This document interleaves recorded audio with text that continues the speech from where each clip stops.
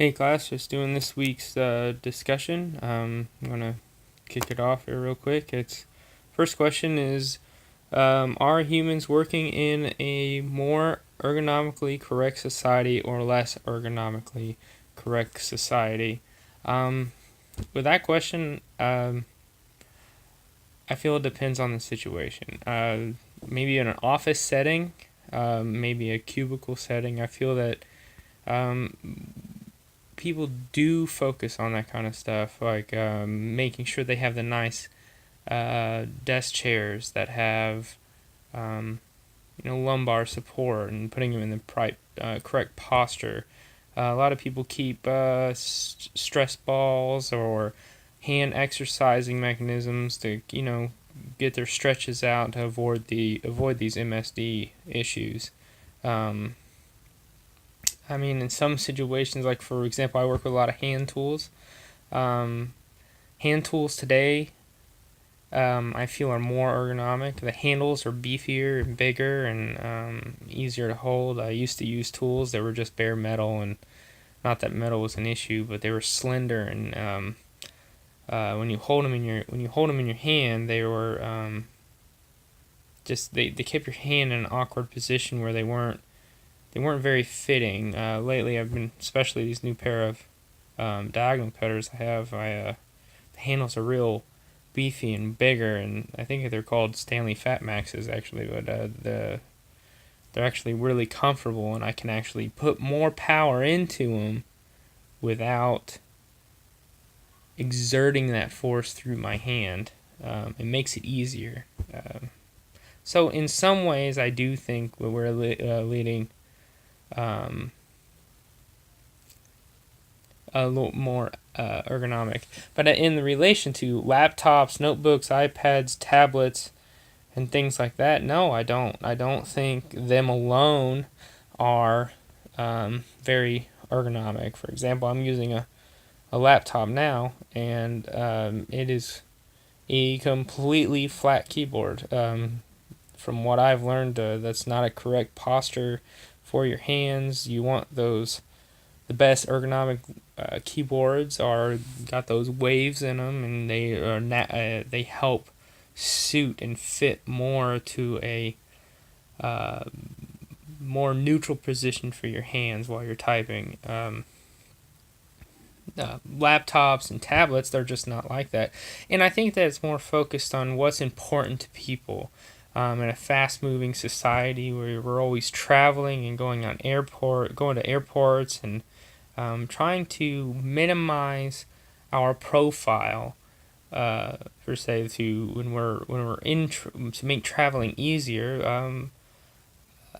I believe companies have been called to make things more slim, smaller, tight, and to get them into bags or fit into pockets like phones or tablets, and it's not really, ergonomics isn't as important, I guess. Um, I looked up a few websites here when it comes to laptop ergonomics, and most of them suggest flat out to not use the laptop as it's designed and pretty much put it up on a docking station or that resembles more a and puts it into position to make it resemble more of a desktop computer. It's all about sitting upright, looking forward. Laptops kind of don't let you do that, because if you sit them on a just a normal desk, you can adjust the screen, but it's kind of not good enough, and you end up kind of slouching and leaning your head forward. And if it's you're not even using a desk and it's on literally your lap, you're literally hunched over looking at these screens, which leads on to phones. In this other article and short video I found, there's actually a word for it. It's called texting neck, and it's actually pretty interesting to watch. I'll put the link in my discussion, but pretty much what it comes down to is this chiropractor is talking about how he's concerned because people are always, looking at their phones and looking down a lot.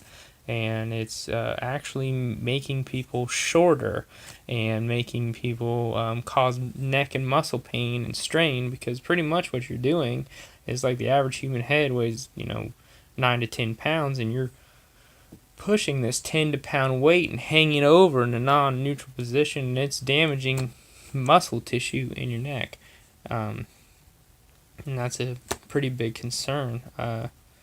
They want you to sit in a neutral posture with the neck. And he also shows these x-rays of a man that's 33 years old that believes he's standing straight up in a good posture, but in fact his neck is kind of leaned out and over because of all the damage he's had. He's been doing it for years, and it's something I am now conscious of and guilty of being on a phone a lot, so I probably will try to do something about that.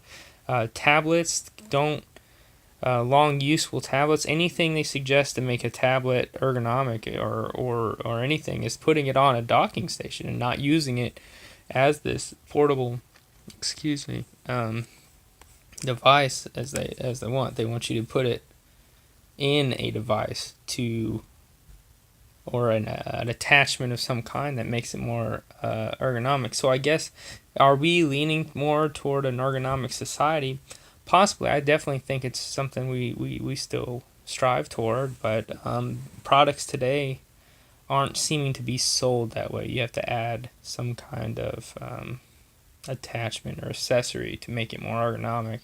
I've even seen phone cases that make certain phones that aren't exactly ergonomic to hold. Like, they've got sharp edges, they dig in your hand, your fingers can't reach where they need to, so they actually make a phone case that makes it more ergonomic, more form-fitting to your hand.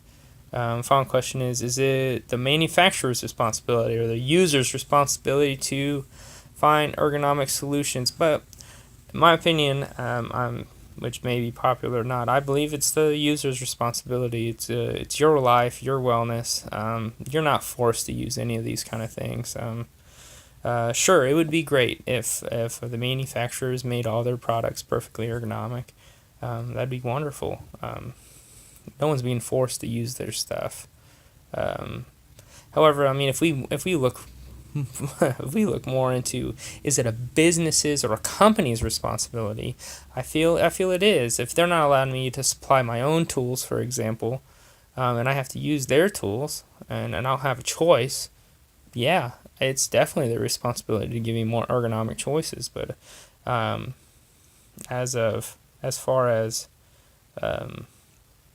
is it the manufacturer's responsibility? No. I don't think so. I mean, I think it's great if they do that, but I mean, that's on them. It's all going to come down to what people want. If people are demanding more ergonomic solutions and the manufacturer is not going to make that, well, they'll sell more, or they'll sell less they'll lose business because they're not giving people what the consumers want, so they'll go elsewhere. So that's on them if they don't want to make their things ergonomic. But when it comes to tablets and iPads, I mean, they're not ergonomic and they're selling like hotcakes. So I guess it comes down to maybe education of consumers. Maybe they need to know what they want. Maybe the iPad or Apple or laptops, maybe they can find a way to get that travel, slim, flat design, but make it more ergonomical somehow. I think that'd be pretty interesting to find out. I'll post that link. Hope to hear from you guys, and I'll talk to you later. Thanks.